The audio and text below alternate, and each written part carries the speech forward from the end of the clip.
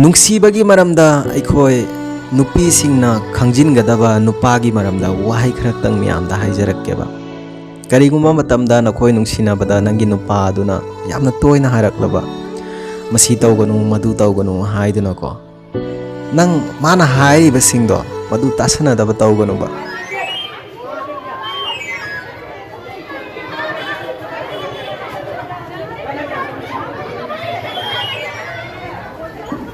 Sister हाय तो बोलो. अरे तू आगे ऊपर ऊपर से बलून फेंक रहा था मेरे को.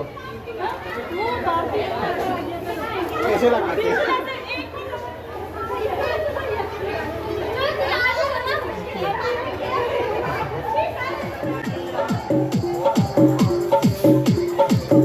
ओए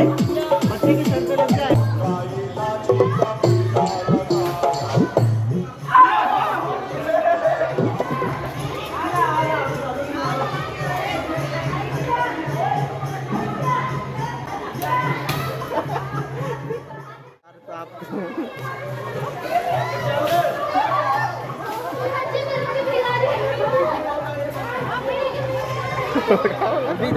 Hey guys, happy Yausang to all. Yausang na lakpasina maram oiraga aigi viewers, aigi subscriber, aigi video sibu yengbiriba aigi ichinaw mayam pumbagi aningba pamba pumbase isona chanbiduna thungbasu oirasanu. Yausang matam na lakpasida aikhoi maitegi harau kumai haibadi thamoida karigumba irang ama hauba haibadi aikhoi single laitaba couple oiriba nungsinaduna lairiba nungsinariba mioi kya amadi harau ramlaganiba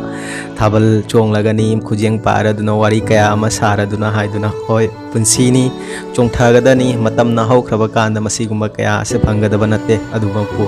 aikhoi chatnabigi matung inna fajana alanba thabak tawge khanganu miyamgi mitta nagadaba thabak tawbiganu aikhoi thabal chongba haiba thabal chongba se aikhoi maitegi di khwaidagi achauba festival amara haina aina khalli miyamgi mitta hamit nagadaba thabak tawbidaba aikhoi thabal haiba thabal se masigi chatnabi ngakna matam pumada aikhoi yausang thabal ase festival ase aikhoi enjoy tawgadabani. Nungsibagi maramda aikhoi nupisingna khangjingadaba nupagi maramda wahai kharaktang miyamda haijarakkeba.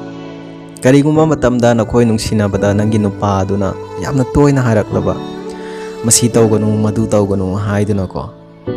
nang mana hairibasingdo madu tasanadaba tawganuba. Inganu haibasu nattego, tasinadaba tawganuba. Mana hairibasingdo chummi chumde haibda yengba. Karigumba mana hairiba aduda asoiba yauragadiko chumthoknama honauba. Aikhoi punsida matam pumbada nakhoi yengba aikhoi rubber haiba rubber se masisu ko adum chingduna lairagadiko magi sangbagi magi khangbagi matang matam ado henjalaklaba kanda di rubber dadusu ko ani thokna tatkhigani ba. Matawa sumna aikhoi nupa oibagi punsida mana karigumba nangi punsida madu tawnu masi tawganu hairabako madu correction tawna ma honauba. Matam ama lakani ba karigumba nangna madu tawhodragadiko aikhoi nupagi punsida nupasingna mase nangi punsida nanga khanaraduna sauraduna chatkre khalasibako nanga khanaraduna sauraduna nangondagi chatkibado di yamna thuna nangi manakta dum halakkani ba nupado aduga karigumba matam amada nangonda karisu hairamdabida tuminna nangonda warauraduna chatkiba nupado madu nangna phana honaduna su kaidawmaida ma amuk hanna halakloiba maramdi magi khangbagi sakti ado loikreba. Maram masina matamna leiringaida karigumba asoiba aranba nangi hakchangda nupa khangde nupi khangde yawba thoglagadiko madu matamna leiringaida haibadi asoibada chumthoknana ma hona hauba khangbagi yamna kanna yamna hejinna khangjilaklabasu matam ama lakaniba khangba ngamlaktaba matam aduda tuminna karisu hairamdana chatkhiganiba. Tuminna hairamdana chatkibase masi nangna phana honaduna su kaidawmaida amuk hana nangi punsida lakloiba aduga sauna chatkibasidi yamna thuna lakaniba. Karigumba matamda nangi punsida nangna yamna pamjaba nungsijaba mioi amada nangna matam pumbada message thaba matamda mioi aduna hoi ha khakta haraga reply kya ama halaklamganiba. Masigi reason ase ani khaktaniba mioi ba do sengna harabada mase thabak chinduna laiba karigumba amada natragana mioi ba duna nangbu nungaihanningdabagi khalladunako marak marakta hoi ha khakta haraga reply hanbirakpa masidai khangjanningai oribase mioiba aduna nangna message tharaba matamda hoi ha khakta haraklibado mioiba do na nangonda chamna yamna phajaba londako ai nangonda interest laitre masigi wahai asiniba nangonda haininglibase mioiba aduna nangonda hoi ha khakta message halaklibase nangonda nanga khanaraduna chainaraduna wahai wata kya ama hairaduna mokoigi lairiba relationship chamna wari sanaramliba kholiba madu mayam sido kaihanba pamdeba maram aduna niba mana hoi ha hairaduna nangonda message halaklibase maram asina nangi punsida kanagumbi ama nangna message thaba matamda hoi ha khakta haina halaklaba nakhoisu khanthauba mioiba aduna asengbada mana haijaninglibase ai nangonda interest laite ai nanga pau phauna ningde ai nanga khanna ningde nang gyan taro nang khanglo masini ba mana haijaninglibase nangi bunsida madugumba mioi lairagati nakhoisu gyan tabiwa ekhoi nungsina bada chahi ama khangde ani khangde tha taruk khangde matam amada mioi baduna nangonda nangbu pamlaktre nungsiraktre haiba matam aduda nangna mioi baduda hanjina call tawbada kholpada ngahak wari sanarba kanda tungda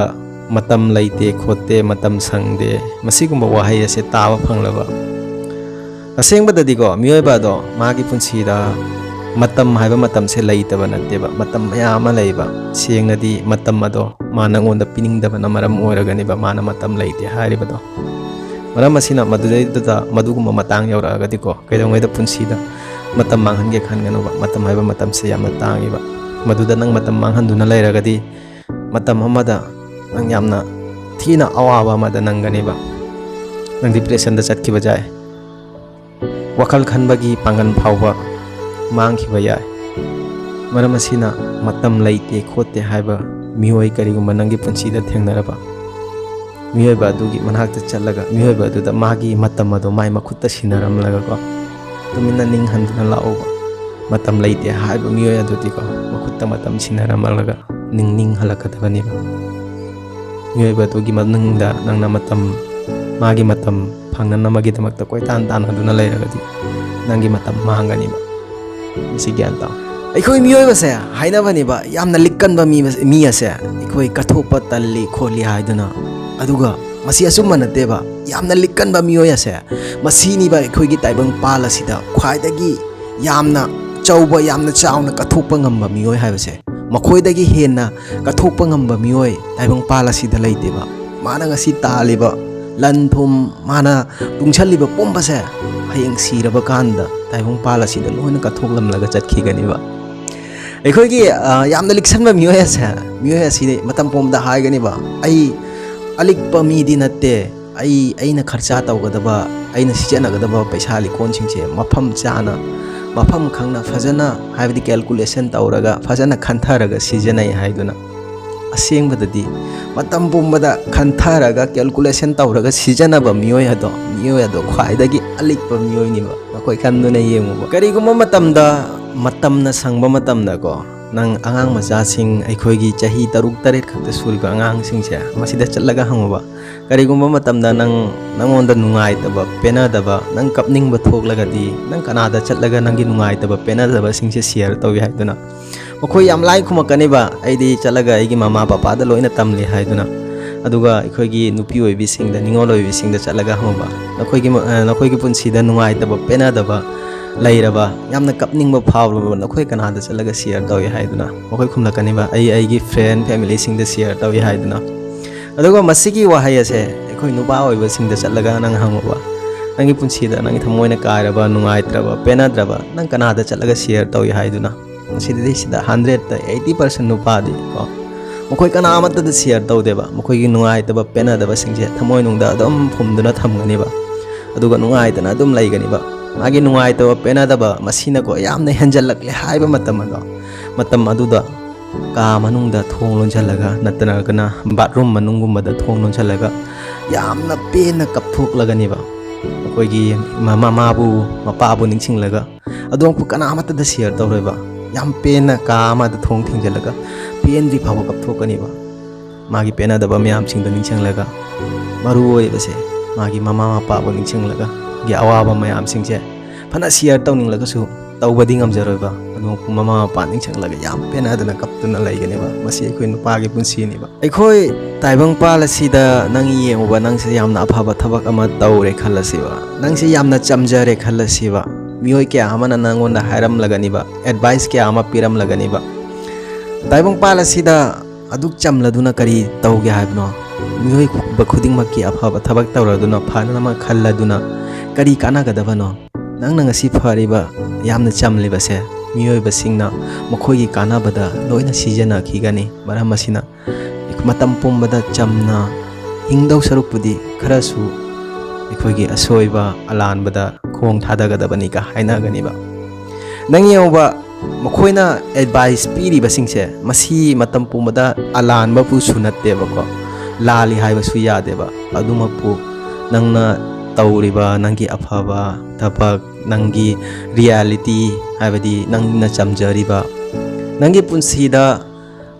ꯑꯐꯕ ꯅꯪꯒꯤ reality ꯅꯪ ꯅꯁꯥꯃꯛꯁꯦ ꯀꯔꯤꯅꯣ ꯍꯥꯏꯕꯗꯣ ꯃꯗꯨ ꯃꯇꯝ ꯄꯨꯝꯕꯗ maintain ꯇꯧꯗꯨꯅ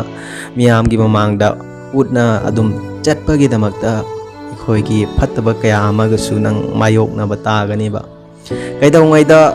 ꯅꯪ ꯁꯛꯁꯦꯁ ꯑꯣꯏꯕꯒꯤꯗꯃꯛꯇ ꯅꯪꯒꯤ ꯔꯤꯌꯦꯂꯤꯇꯤ ꯅꯪꯒꯤ ꯑꯐꯕ ꯅꯪꯅ ꯇꯧꯔꯤꯕ ꯑꯐꯕ ꯊꯕꯛ ꯀꯌꯥ ꯑꯃ ꯅꯪꯅ ꯌꯥꯝ ꯆꯝꯅ ꯍꯤꯡꯖꯔꯤꯕ ꯃꯗꯨ ꯃꯌꯥꯝ ꯑꯗꯣ ꯀꯩꯗꯧꯉꯩꯗ ꯍꯥꯏꯕꯗꯤ ꯑꯩꯈꯣꯏꯒꯤ ꯁꯛꯁꯦꯁꯀꯤꯗꯃꯛꯇ ꯃꯥꯏ ꯄꯥꯛꯄꯒꯤꯗꯃꯛꯇ ꯃꯗꯨꯒꯤ ꯈꯜꯂꯒ ꯀꯩꯗꯧꯉꯩꯗ ꯃꯗꯨ ꯃꯌꯥꯝꯗꯣ ꯍꯥꯠꯇꯣꯛꯀꯦ ꯈꯟꯒꯅꯨꯕ ꯅꯪ ꯑꯣꯏꯗꯨꯅ ꯑꯗꯨꯝ ꯂꯩꯔꯨꯕ ꯄꯨꯟꯁꯤ ꯍꯥꯏꯕ ꯄꯨꯟꯁꯤꯁꯦ ꯅꯪ ꯑꯩꯈꯣꯏꯒꯤ ꯄꯨꯟꯁꯤꯗ ꯔꯤꯌꯦꯂꯤꯇꯤꯗ ꯅꯪꯅ ꯇꯧꯔꯤꯕ ꯅꯪꯅ ꯁꯛꯂꯤꯕ ꯅꯪꯅ ꯆꯝꯖꯔꯤꯕ ꯃꯁꯤꯅꯤꯕ ꯑꯩꯈꯣই ꯇꯥꯏꯕꯪ ꯃꯤꯑꯣꯏꯕꯗ ꯅꯪꯉꯣꯟꯗ ꯅꯪꯅ ꯌꯥꯝ ꯆꯝꯖꯔꯤꯕ ꯅꯪꯅꯉꯁꯤ ꯃꯤꯌꯥꯝꯒꯤ ꯃꯇꯦꯡ ꯄꯥꯡꯂꯤꯕ ꯈꯣꯠꯂꯤꯕꯁꯤꯡꯗꯣ ꯏꯁꯣꯔꯅ ꯅꯪꯉꯣꯟꯗ ꯅꯪꯒ ꯆꯥꯟꯅꯔꯦ ꯍꯥꯏꯗꯨꯅ ꯅꯪꯇꯒꯤꯅꯦ ꯍꯥꯏꯗꯨꯅ ꯅꯪꯉꯣꯟꯗ ꯄꯤꯊꯣꯔꯛꯄꯅꯤ ꯅꯪꯉꯣꯟꯗ ꯀꯠꯊꯣꯔꯛꯄꯅꯦꯕ ꯃꯤꯑꯣꯏ ꯈꯨꯗꯤꯡꯃꯛꯅ ꯄꯨꯟꯁꯤꯗ ꯌꯦꯡꯉꯨꯕ ꯑꯐꯕ ꯊꯕꯛ ꯇꯧꯕ ꯉꯝꯕ ꯂꯩꯇꯦꯕ ꯃꯤꯑꯣꯏ ꯈꯨꯗꯤꯡꯃꯛ ꯌꯥꯝꯅ ꯆꯝꯅ ꯍꯤꯡꯕ ꯂꯩꯕ ꯉꯝꯕ ꯄꯣꯠ ꯅꯠꯇꯦꯕ ꯅꯪꯒꯤ ꯄꯨꯟꯁꯤꯗ ꯌꯥꯝꯅ ꯆꯝꯅ ꯍꯤꯡꯖꯔꯕ ꯅꯪꯒꯤ ꯔꯤꯌꯦꯂꯤꯇꯤ ꯅꯪꯒꯤ ꯄꯔꯁꯣꯅꯦꯂꯤꯇꯤꯗꯣ ꯀꯩꯗꯧꯉꯩꯗ ꯊꯥꯗꯣꯛꯀꯦ ꯈꯟꯒꯅꯨꯕ ꯀꯅꯥꯒꯨꯝꯕ ꯑꯃꯅ ꯍꯥꯏꯔꯦ ꯍꯥꯏꯗꯨꯅ ꯑꯗꯨꯃꯛꯄꯨ ꯄꯨꯟꯁꯤꯗ ꯃꯇꯝ ꯑꯗꯨꯝ ꯈꯟꯁꯨ ꯈꯟꯗꯧ ꯃꯤꯑꯣꯏ ꯀꯌꯥ ꯑꯃꯅ ꯌꯥꯝꯅ ꯆꯝꯅ ꯍꯤꯡꯂꯗꯨꯅ ꯅꯪ ꯀꯥꯟꯅꯒꯗꯕ ꯅꯠꯇꯦ ꯍꯥꯏꯕꯁꯦ ꯃꯁꯤꯁꯨ ꯐꯠꯇꯕ ꯋꯥꯍꯩꯕꯨꯗꯤ ꯅꯠꯇꯦꯕ ꯑꯗꯨꯃꯛꯄꯨ ꯑꯩꯒꯤ ꯋꯥꯈꯜꯂꯣꯟꯗꯗꯤ ꯅꯪꯒꯤ ꯔꯤꯌꯦꯂꯤꯇꯤ ꯅꯪꯒꯤ ꯄꯔꯁꯣꯅꯦꯂꯤꯇꯤ ꯃꯗꯨ ꯃꯌꯥꯝꯗꯣ ꯀꯔꯤꯒꯨꯝꯕ ꯈꯔꯒꯤꯗꯃꯛꯇ ꯃꯗꯨ ꯃꯥꯡꯍꯟꯒꯦ ꯈꯟꯕꯗꯤ ꯐꯠꯇꯕ꯭ꯔꯥ ꯍꯥꯏꯅ ꯈꯜꯂꯤ ꯄꯨꯟꯁꯤ ꯍꯥꯏꯕ ꯄꯨꯟꯁꯤꯁꯦ ꯌꯥꯝꯅ ꯐꯖꯕꯅꯤ ꯏꯟꯖꯣꯏ ꯇꯧꯒꯗꯕꯅꯤ ꯃꯇꯝ ꯄꯨꯝꯕꯗ ꯅꯣꯛꯅ ꯈꯦꯟꯗꯨꯅ ꯂꯩꯒꯗꯕꯅꯤ ꯀꯔꯤꯒꯨꯝꯕ ꯃꯇꯝꯗ ꯑꯩꯈꯣꯏꯒꯤ ꯏꯁꯣꯔꯅ ꯀꯅꯥꯒꯨꯝꯕ ꯑꯃꯕꯨ ꯌꯥꯝꯅ ꯄꯥꯝꯂꯕ ꯃꯥꯒꯤ ꯌꯥꯝꯅ ꯃꯔꯨꯑꯣꯏꯕ ꯃꯤꯑꯣꯏ ꯑꯃ ꯑꯣꯏꯍꯟꯅꯤꯡꯂꯕꯀꯣ ꯃꯤꯑꯣꯏ ꯑꯗꯣ ꯃꯇꯝ ꯄꯨꯝꯕꯗ ꯐꯦꯜ ꯑꯣꯏꯍꯟꯒꯅꯤꯕ ꯅꯪ ꯈꯟꯗꯨꯅ ꯌꯦꯡꯉꯨꯕ ꯅꯪꯒꯤ ꯄꯨꯟꯁꯤꯗ ꯅꯪꯅ ꯍꯣꯠꯅꯔꯨꯕ ꯇꯧꯔꯨꯕ ꯈꯨꯗꯤꯡꯃꯛꯀꯣ ꯃꯇꯝ ꯄꯨꯝꯕꯗ ꯑꯋꯥꯕ ꯈꯛꯇ ꯅꯪꯂꯕ ꯐꯦꯜ ꯈꯛꯇꯪ ꯑꯣꯏꯔꯕꯀꯣ ꯃꯗꯨꯀꯣ ꯏꯁꯣꯔꯅ ꯅꯪꯉꯣꯟꯗ ꯌꯥꯝꯅ ꯆꯥꯎꯔꯕ ꯏꯪꯒꯤꯠ ꯑꯃ ꯄꯤꯔꯤꯕꯅꯦꯕ ꯏꯁꯣꯔꯅ ꯅꯪꯕꯨ ꯃꯥꯒꯤ ꯈ꯭ꯋꯥꯏꯗꯒꯤ ꯃꯔꯨꯑꯣꯏꯕ ꯃꯤꯑꯣꯏ ꯑꯃ ꯑꯣꯏꯍꯟꯅꯤꯡꯂꯤꯕꯅꯦꯕ ꯃꯗꯨꯒꯤꯗꯃꯛꯇ ꯅꯪꯉꯣꯟꯗ ꯃꯇꯝ ꯄꯨꯝꯕꯗ ꯐꯦꯜ ꯑꯣꯏꯍꯜꯂꯤꯅꯦꯕ ꯅꯪꯅ ꯃꯗꯨ ꯃꯇꯝ ꯄꯨꯝꯕꯗ ꯐꯦꯁ ꯇꯧꯔꯗꯨꯅ ꯅꯤꯡꯍꯟꯗꯕꯤꯗ ꯑꯗꯨꯝ ꯍꯣꯠꯅꯗꯨꯅ ꯆꯠꯂꯕ ꯂꯥꯛꯀꯗꯕ ꯃꯇꯝꯗ ꯅꯪ ꯑꯩꯈꯣꯏꯒꯤ ꯏꯁꯣꯔ ꯑꯁꯦ ꯃꯥꯒꯤ ꯈ꯭ꯋꯥꯏꯗꯒꯤ ꯃꯔꯨꯑꯣꯏꯕ ꯃꯤꯑꯣꯏ ꯑꯃꯁꯨ ꯑꯣꯏꯒꯅꯤ ꯑꯗꯨꯒ ꯇꯥꯏꯕꯪꯄꯥꯜ ꯑꯁꯤꯗ ꯈ꯭ꯋꯥꯏꯗꯒꯤ ꯕꯦꯁ ꯌꯥꯝ ꯁꯛꯁꯦꯁꯐꯨꯜ ꯑꯣꯏꯕ ꯃꯤꯑꯣꯏ ꯑꯃꯁꯨ ꯅꯪ ꯃꯇꯝ ꯑꯃꯗ ꯁꯣꯏꯗꯅ ꯑꯣꯏꯒꯅꯤꯕ ꯃꯔꯝ ꯑꯁꯤꯅ ꯅꯪꯒꯤ ꯄꯨꯟꯁꯤꯗ ꯃꯇꯝ ꯄꯨꯝꯕꯗ ꯑꯋꯥꯕ ꯆꯩꯅꯥ ꯀꯌꯥ ꯑꯃ ꯊꯦꯡꯅꯔꯕ ꯀꯩꯗꯧꯉꯩꯗ ꯅꯤꯡꯍꯟꯒꯦ ꯈꯟꯒꯅꯨ ꯌꯥꯝꯅ ꯍꯟꯊꯅꯁꯨ ꯈꯟꯒꯅꯨꯕ ꯏꯁꯣꯔꯅ ꯅꯪꯁꯦ ꯃꯥꯒꯤ ꯈ꯭ꯋꯥꯏꯗꯒꯤ ꯃꯔꯨꯑꯣꯏꯕ ꯃꯤ ꯑꯃ ꯑꯣꯏꯍꯟꯅꯤꯡꯕꯒꯤꯗꯃꯛꯇ ꯃꯥꯅ ꯅꯪꯉꯣꯟꯗ ꯑꯋꯥꯕꯁꯦ ꯅꯪꯍꯜꯂꯤꯅꯤꯕ ꯏꯁꯣꯔꯅ ꯅꯪꯕꯨ ꯄꯥꯝꯖꯕꯒꯤꯗꯃꯛꯇꯅꯦꯕ ꯃꯥꯅ ꯅꯪꯉꯣꯟꯗ ꯑꯋꯥꯕ ꯀꯌꯥ ꯑꯃ ꯅꯪꯍꯜꯂꯤꯕꯁꯦ ꯃꯁꯤ ꯈꯟꯗꯨꯅ ꯃꯇꯝ ꯄꯨꯝꯕꯗ ꯆꯠꯀꯗꯕꯅꯦꯕ ꯑꯩꯒꯤ ꯄꯨꯟꯁꯤꯗ ꯑꯂꯣꯏꯕꯗ ꯑꯣꯏꯅꯀꯣ ꯑꯩꯒꯤ ꯄꯨꯟꯁꯤꯗ ꯑꯩꯒꯤ ꯋꯥꯈꯜꯂꯣꯟꯅ ꯈꯟꯖꯕꯗꯀꯣ ꯑꯩꯈꯣꯏ ꯇꯥꯏꯕꯪꯄꯥꯜ ꯑꯁꯤꯗ ꯅꯨꯄꯥ ꯃꯌꯥꯝ ꯑꯃ ꯂꯩꯗꯅꯀꯣ ꯑꯩꯈꯣꯏ ꯅꯨꯡꯁꯤꯅꯔꯤ ꯀꯣꯏꯅꯔꯤ ꯃꯇꯝ ꯁ꯭ꯄꯦꯟ ꯇꯧꯃꯤꯟꯅꯔꯤ ꯇꯥꯏꯝ ꯁ꯭ꯄꯦꯟ ꯇꯧꯃꯤꯟꯅꯔꯤ ꯃꯁꯤꯗꯩꯁꯤꯗ ꯑꯩꯈꯣꯏ ꯅꯨꯄꯤꯁꯤꯡꯅꯀꯣ ꯅꯤꯡꯉꯣꯜ ꯑꯣꯏꯕꯤꯁꯤꯡꯅꯀꯣ ꯅꯨꯄꯥꯁꯤꯡꯗ ꯍꯥꯏꯕ ꯉꯝꯂꯕꯀꯣ ꯅꯪ ꯑꯩꯒꯤꯗꯃꯛꯇ ꯈꯟꯒꯅꯨ ꯄꯨꯟꯁꯤ ꯆꯨꯞꯄ ꯑꯩ ꯅꯪꯇꯒꯤ ꯃꯥꯏꯀꯩ ꯌꯦꯡꯗꯨꯅ ꯅꯪꯇꯕꯨ ꯈꯟꯗꯨꯅ ꯅꯪꯇꯕꯨ ꯅꯨꯡꯁꯤꯗꯨꯅ ꯂꯩꯒꯅꯤ ꯅꯪ ꯍꯧꯖꯤꯛ ꯅꯪ ꯅꯁꯥꯒꯤ ꯀꯦꯔꯤꯌꯔ ꯅꯪꯒꯤ ꯐ꯭ꯌꯨꯆꯔ ꯅꯪ ꯄꯩꯁꯥ ꯄꯥꯏꯅꯅꯕ nang success oinanama maduda focus tau nang aigi khallaganu ai sidi nang tagini masigi wahai se hairabako ikhoigi 100 ta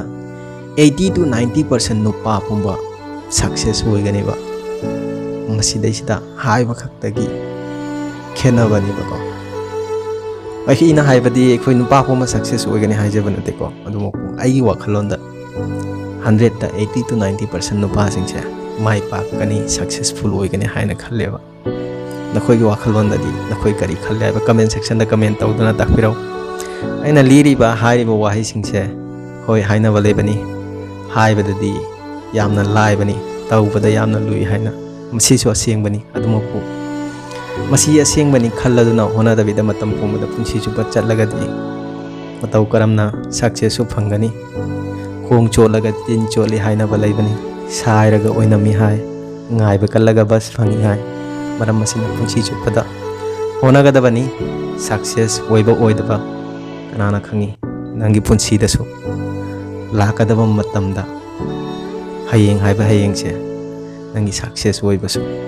so guys masi khaktani ngasigi wari aloibado oina ina haijaningba matam bomda nungai ai phana imung manungbu awa anadagi kanbinama imung manungbu otpa naiba tauge khanbiganu imung manunggi awaba pumba yengsanbiu awaba khangbiu